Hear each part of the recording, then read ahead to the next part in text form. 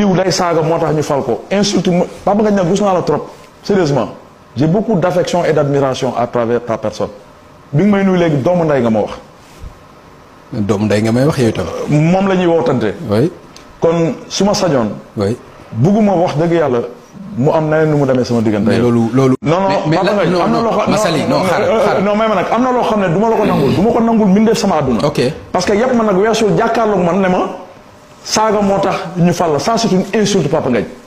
et sérieusement. Massaly man dama la wax prétexte bi. mais c'est pas vrai wax la auteur bi ko bind. mais c'est pas vrai nga ni sa xarit la. mais parce que c'est pas vrai mais léegi man lan moo ci sama yoon ba nga may wax naan non. day fen la ma waxee leen la il moom bi mu ko bindee message bi ma ko yónnee xam na ko moo tax bi ñu koy wane télé muy reetaan moom xam na man xam naa moom xam na man xam naa te il me connaît très bien et xam na de quoi je suis capable la ma ko yónnee message xam na ko moom xam na ma bu baax a baax xaw ma ku ma xamul mais ma xam na ma parce que lu ne partagé nañ ko ma ak moom la preuve bi ñu ko wanee télé kersa moo ko jàpp.